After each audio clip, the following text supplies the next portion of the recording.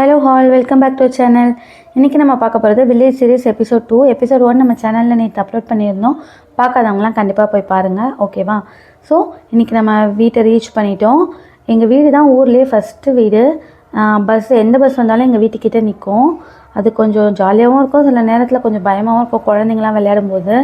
So எங்கள் வீடு பார்க்க எப்படி இருக்கும்னா, அயனார் துணை சீரியலில் ஒரு வீடு வரும் பார்த்தீங்களா, மோரோவர் அதே மாதிரி தான் இருக்கும். இது கொஞ்சம் பழைய வீடு, 4 ஜென்ரேஷனாக அந்த வீடு இருக்கா. ஸோ கொஞ்சம் பழசாக இருக்கும். அதில் இருக்க மெமரிஸ்லாம் நிறைய.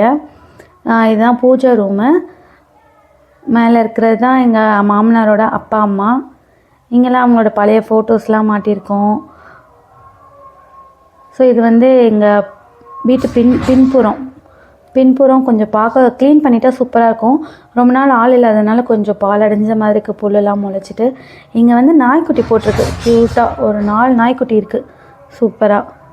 அப்புறம் நானும் எங்கள் வீட்டுக்காரரும் என்ன பண்ணுவோம், வீடெல்லாம் க்ளீன் பண்ணலான்ட்டு பசங்களாம் கொஞ்சம் வெளியே எங்கள் அத்தை பார்த்துட்டு இருந்தாங்க. அதுக்குள்ளே வீடெல்லாம் ஒட்டரை அடித்து ஏற கட்டிடலான்னு சொல்லிட்டு எல்லாமே. வீடு பார்த்திங்களா, எந்த திங்ஸுமே இருக்காது. ஸோ அதனால தான் நாங்கள் வீட்டிலேருந்து வரும்போது போன வீடியோவில் சொல்லியிருந்த மாதிரி கடாயிலேருந்து பேஸ்ட்டு ப்ரெஷ்லேருந்து எல்லா திங்ஸும் எடுத்துகிட்டு வரோம். 2 நாள் ஸ்டே பண்ணோன்னா கூட நாங்கள் எல்லா திங்ஸும் எடுத்துகிட்டு வர மாதிரி இருக்கும்.